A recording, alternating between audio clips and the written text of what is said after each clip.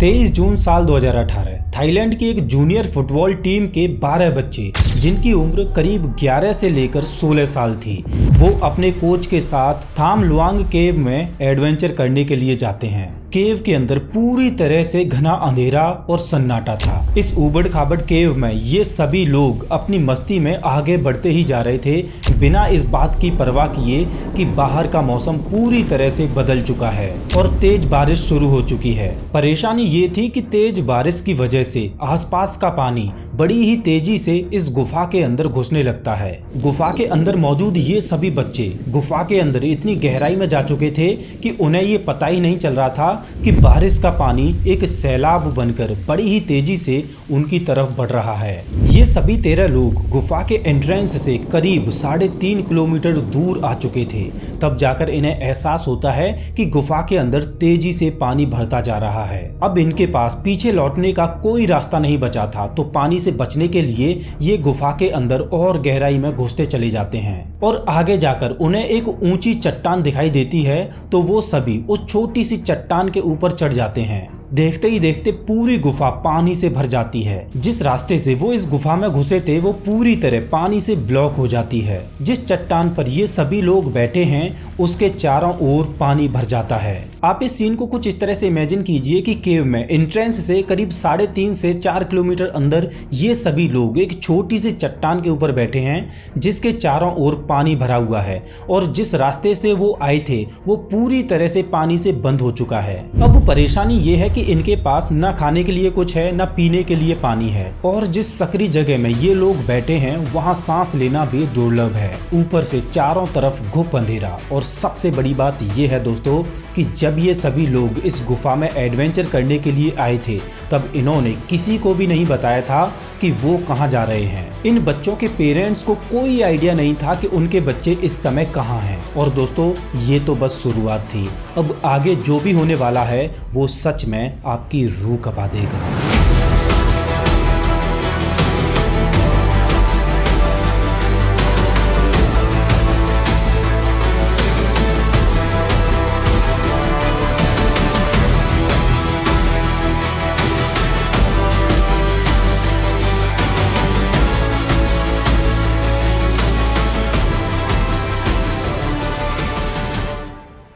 तो ये कहानी शुरू होती है 23 जून साल 2018 को। वाइल्ड बोर्स यानी मोपा नाम की एक जूनियर फुटबॉल टीम हर रोज की तरह अपने गेम की प्रैक्टिस कर रही थी। उस दिन उस टीम में एक बच्चे का जन्मदिन था। असिस्टेंट कोच एका फोन चेंथावोंग, जिन्हें प्यार से बच्चे कोच एका कहते थे, तो कोच ने उस बच्चे का बर्थडे सेलिब्रेट करने के लिए सोचा कि क्यों ना आज कुछ मस्ती की जाए। तब बच्चों ने प्रैक्टिस के बाद कुछ एडवेंचर करने के लिए थाम लुआंग केव में जाने का प्लान बनाया। थाम लुआंग केव थाईलैंड के नॉर्थ में चियांग राय शहर में नांग नॉन नेशनल पार्क के अंदर मौजूद है। ये थाईलैंड की बहुत ही फेमस केव है जहां दूर दूर से फॉरेन टूरिस्ट भी यहां घूमने आते हैं। बच्चों का प्लान था कि उस केव में थोड़ी देर के लिए जाएंगे, वहां फोटोग्राफ्स लेंगे और 1 घंटे के अंदर वापस आ जाएंगे, क्योंकि शाम का वक्त था तो उन्हें जल्दी घर भी लौटना था। और दोस्तों ऐसा पहली बार नहीं था जब ये बच्चे इस केव में घूमने जा रहे थे, बल्कि इससे पहले भी वो इस केव में घूम चुके थे। लेकिन उनको क्या पता था कि आज की शाम उनके लिए एक कयामत बनकर आई है जो उन्हें मौत की दहलीज पर ला देगी। बच्चे उस गुफा के बाहर अपनी अपनी साइकिल, बैग्स और अपना सामान रखते हैं और गुफा के अंदर घुस जाते हैं। मस्ती करते करते बच्चे गुफा में लगभग 2.5 से 3 किलोमीटर अंदर चले जाते हैं। दोस्तों मैं आपको बता दूं कि थाईलैंड में जून और जुलाई में ही मानसून शुरू हो जाते हैं और ये इलाका बारिश के लिहाज से बिल्कुल भी अच्छा नहीं था, क्योंकि इस इलाके की जियोग्राफिकल कंडीशन भी इस गुफा को सबसे ज्यादा खास बनाती है। बच्चे अपनी मौज मस्ती करते हुए आगे बढ़ते ही चले जा रहे थे कि तभी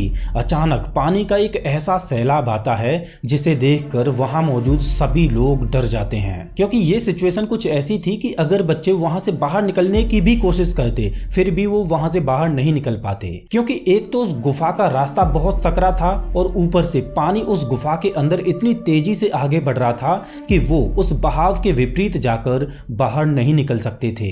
इसीलिए पैनिक में आकर बच्चे पानी से बचने के लिए गुफा के अंदर और भी गहराई में चले गए। और 10 किलोमीटर लंबी उस गुफा में वो बच्चे 4 किलोमीटर अंदर तक घुस जाते हैं और वहाँ उन्हें एक छोटी सी चट्टान दिखाई देती है जिसके ऊपर सभी बच्चे बैठ जाते हैं और वहीं रुककर बारिश के बंद होने का इंतजार करते हैं। लेकिन दोस्तों उन्हें क्या पता था कि उनका ये इंतजार कुछ मिनटों या घंटों का नहीं बल्कि कई दिनों तक चलने वाला था।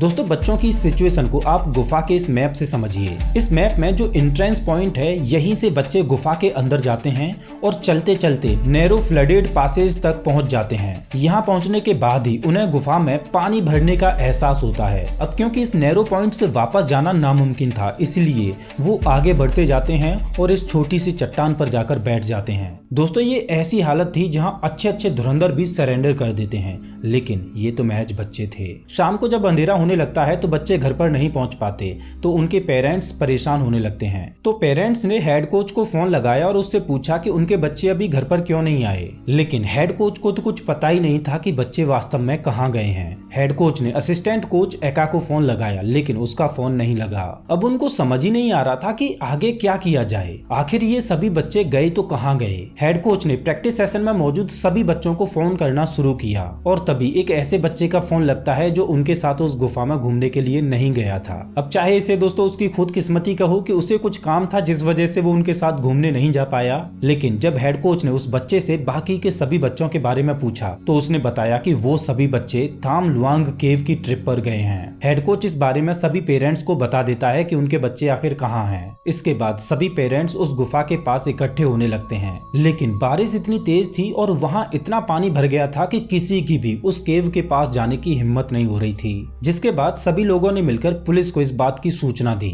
इस सूचना के मिलते ही पुलिस ने एक रेस्क्यू टीम को बुलाया और रेस्क्यू अभियान चालू किया जाता है। लेकिन दोस्तों परेशानी ये थी कि बारिश रुकने का नाम ही नहीं ले रही थी। रेस्क्यू टीम अपना काम कर रही थी लेकिन तेज बारिश उनके इस काम में सबसे बड़ी रुकावट डाल रही थी। लेकिन करीब रात के 9 बजे के आसपास रेस्क्यू टीम को गुफा के एंट्रेंस के बाहर उन बच्चों की साइकिल, उनके बैग और उनका सामान मिला, जिससे ये बात तो क्लियर हो गई कि वो बच्चे इस गुफा के अंदर ही हैं। लेकिन दोस्तों उन बच्चों के पेरेंट्स अब और भी ज्यादा घबरा चुके थे क्योंकि अब उन्हें ये डर था कि वो बच्चे आखिर इस भयानक गुफा के अंदर कैसे जीवित होंगे या वो जीवित होंगे भी या नहीं। ये सवाल पेरेंट्स को अंदर ही अंदर खाए जा रहा था। ये सीन उस दिन हर एक माँ बाप के लिए एक नाइटमेयर जैसा था। रेस्क्यू टीम बाहर से बच्चों को आवाज लगा रही थी। उन्हें लग रहा था कि कहीं ऐसा तो नहीं कि बच्चे डर की वजह से गुफा के आसपास ही कहीं छिप गए हों। रेस्क्यू टीम उस गुफा में घुसने की पूरी कोशिश कर रही थी, लेकिन उस गुफा के पासेज इतने नैरो थे कि उन्हें इस तरह के नैरो पासेज से घुसने की कभी प्रैक्टिस ही नहीं थी।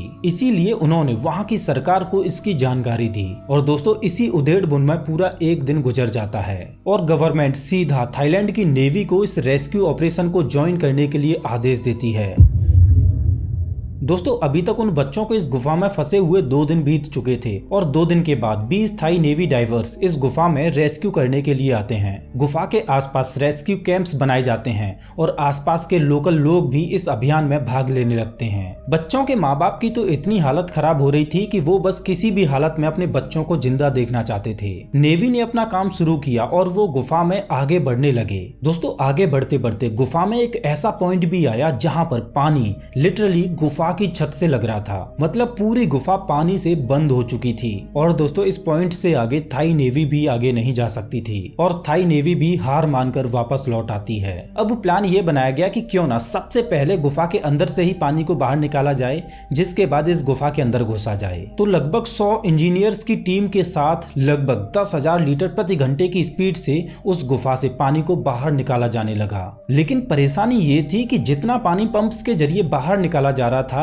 उतनी ही तेजी से बारिश की वजह से पानी गुफा के अंदर घुसता जा रहा था और ये प्लान भी फेल हो जाता है। दिन प्रतिदिन गुजरते जा रहे थे और पेरेंट्स की भी उम्मीद अब धीरे धीरे खत्म होती जा रही थी। फिर रेस्क्यू टीम ने एक प्लान बनाया कि क्यों ना पहाड़ के ऊपर से ड्रिल करके उस केव में घुसा जाए। लेकिन इस प्लान में परेशानी ये थी कि उन्हें उन बच्चों की कोई एग्जैक्ट लोकेशन नहीं पता थी, जिससे उन्हें कोई आइडिया नहीं था कि उन्हें कहां पर ड्रिल करनी चाहिए। गुफा की उबड़ खाबड़ बनावट और बारिश का तेज पानी ये दोनों ही इस रेस्क्यू अभियान में सबसे बड़ा रोड़ा बने हुए थे, जिसकी वजह से नेवी रेस्क्यू टीम का हर एक प्लान फेल हो रहा था। अब थाईलैंड गवर्नमेंट को भी लगने लगा था कि अब ये रेस्क्यू अभियान उनके अकेले की बस की बात नहीं है, तो उन्होंने अब दूसरे देशों को भी इस रेस्क्यू अभियान में भाग लेने के लिए आह्वान किया, जिसके बाद यूके के 2 काफी फेमस केव डाइवर्स इस रेस्क्यू अभियान को ज्वाइन करते हैं। अब ये रेस्क्यू अभियान सिर्फ थाईलैंड तक ही सीमित नहीं रहा, क्योंकि अब ये न्यूज इंटरनेशनल बन गई। कई देश बढ़ चढ़कर इस रेस्क्यू अभियान में भाग लेने लगे।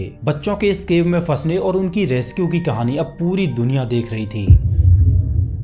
उन बच्चों को इस गुफा में फंसे हुए 8 दिन गुजर जाते हैं और अब सवाल सिर्फ ये था कि क्या वो बच्चे अभी भी जिंदा हैं या नहीं, क्या उनके पेरेंट्स अपने बच्चों को गले लगा भी पाएंगे या नहीं। करीब 9 दिन के बाद यानी 1 जुलाई का दिन रेस्क्यू टीम के लिए एक राहत भरा दिन था, क्योंकि इस दिन बारिश बिल्कुल बंद हो चुकी थी और अब आसमान में सूरज भी दिखाई देने लगा था। इसके बाद इस मिशन में और जान आ जाती है। अब मिशन को और तेज गति से शुरू कर दिया जाता है। अब गुफा के 700 मीटर अंदर एक चैम्बर में एक बेस बनाया जाता है, जहां से इस मिशन को कंट्रोल किया जाता है। इस बेस का नाम चैम्बर 3 रखा जाता है। अब चैम्बर 3 से डाइवर्स गुफा के अंदर धीरे धीरे आगे बढ़ना शुरू कर देते हैं। जैसे जैसे वो डाइवर्स आगे बढ़ते जा रहे थे तो वो अपने पीछे कुछ निशान छोड़ते जा रहे थे, ताकि उन्हें लौटते समय कोई दिक्कत ना हो और वो रास्ता ना भूलें, क्योंकि इस गुफा में कई और सुरंगें भी मौजूद थीं, तो उन्हें यह डर था कि कहीं वो लौटते समय किसी दूसरी सुरंग में ना चले जाएं। सभी डाइवर्स आपस में कोऑर्डिनेट करते हुए आगे बढ़ते जाते हैं और आगे चलकर उन्हें एक ऊंची सी जगह मिलती है, तो उन्हें लगा कि वो बच्चे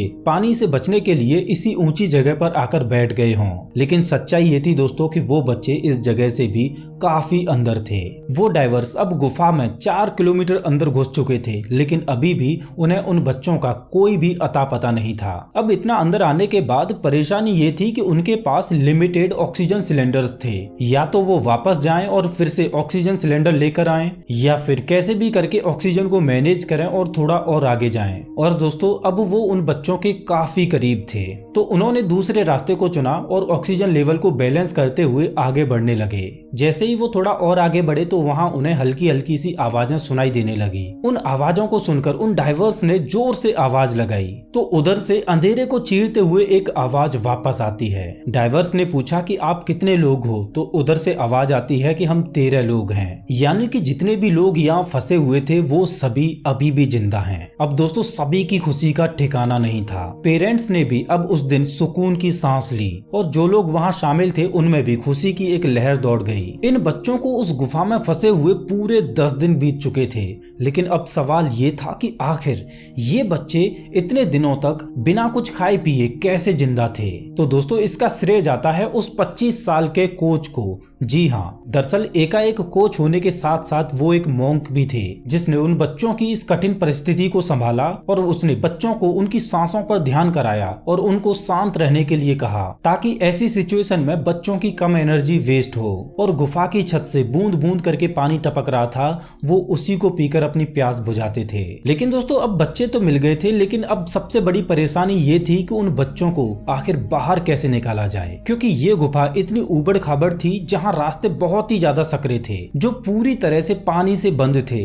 तो ऐसे में अगर बच्चों को ऐसे रास्तों से बाहर निकाला जाए तो वो पैनिक कर सकते थे। अब चैम्बर 3 से बच्चों के लिए फूड, ऑक्सीजन सिलेंडर आदि पहुंचाए जाने लगे। दोस्तों इस रेस्क्यू मिशन में करीब 10,000 लोग शामिल थे, जिनमें डॉक्टर्स, इंजीनियर्स, डाइवर्स और अलग अलग रेस्क्यू टीमें शामिल थीं। और 5 जुलाई के दिन इस रेस्क्यू अभियान में एक ट्रेजेडी होती है। एक नेवी का रेस्क्यू डाइवर उन बच्चों के लिए ऑक्सीजन टैंक लेके जा रहा था। उसी दौरान उसका खुद का ऑक्सीजन लेवल कम हो गया और सिलेंडर में ऑक्सीजन न होने की वजह से रास्ते में ही उसकी मौत हो गई। अब इस मिशन में एक छोटी सी भी गलती किसी की भी जान ले सकती थी, इसीलिए अब हर एक कदम फूंक फूंक कर रखना था। अब दोस्तों उन बच्चों को इस गुफा से बाहर निकालने के लिए एक अजीबोगरीब प्लान बनाया जाता है। प्लान ये था कि उन बच्चों को एनेस्थीसिया से बेहोश किया जाएगा, जिसके बाद हर एक बच्चे को 2-2 डाइवर्स पकड़ कर लाएंगे। बच्चों को बेहोश करके बाहर लाने का प्लान इसलिए बनाया गया क्योंकि कहीं ऐसा ना हो कि रेस्क्यू के दौरान बच्चे पैनिक कर जाएं। और दोस्तों ऐसा पहली बार था जब किसी को बेहोश करके रेस्क्यू किया जाए। और दोस्तों मैं आपको बता दूं कि पूरी दुनिया में इससे पहले ऐसा कोई भी मिशन नहीं हुआ था जिसमें रेस्क्यू के दौरान किसी को बेहोश किया गया हो। अब मौसम विभाग की भी चेतावनी आ चुकी थी कि 10 जुलाई के बाद मौसम फिर से बिगड़ने वाला है, तो अब रेस्क्यू टीम के पास ज्यादा वक्त नहीं था। तो अथॉरिटीज ने बच्चों को बेहोश करके बाहर निकालने के लिए परमिशन दे दी और पूरे 15 दिनों के बाद यानी 8 जुलाई साल 2018 को ये दिन शायद उन पेरेंट्स के लिए सबसे बेस्ट दिन रहा होगा। प्लान के मुताबिक 8 जुलाई को 4 बच्चों को सबसे पहले बाहर निकाला गया और उन्हें चैम्बर 3 में पहुंचाया गया और इसी तरह से 8, 9 और 10 जुलाई तक यानी 18 दिन बाद सभी लोगों को उस गुफा से बाहर निकाल लिया गया और इस तरह से ये इतिहास का सबसे बड़ा रेस्क्यू अभियान बन गया, जिसमें हजारों लोगों ने बढ़ चढ़कर भाग लिया और इस असंभव से दिखने वाले काम को पूरा किया। जब उन पेरेंट्स ने अपने बच्चों को मौत के चंगुल से बाहर आते हुए देखा तो उनकी खुशी का कोई ठिकाना नहीं था। उन्होंने अपने बच्चों को गले लगाया और उनकी आंखों से खुशी के आंसू बह रहे थे। उस गुफा के अंदर रहते हुए उन बच्चों ने वो कर दिखाया था जिसकी शायद किसी ने भी कल्पना नहीं की होगी। इतने दिनों तक इतनी विपरीत परिस्थितियों में बिना खाए पिए रहना किसी बच्चे के लिए ये कोई आम बात नहीं थी। दोस्तों अगर आपको ये वीडियो पसंद आया हो तो इसे लाइक जरूर कीजिए और ऐसे ही वीडियोज के लिए हमारे चैनल को सब्सक्राइब कीजिए। मिलता हूं मैं आपसे एक नई वीडियो में, तब तक के लिए नमस्कार।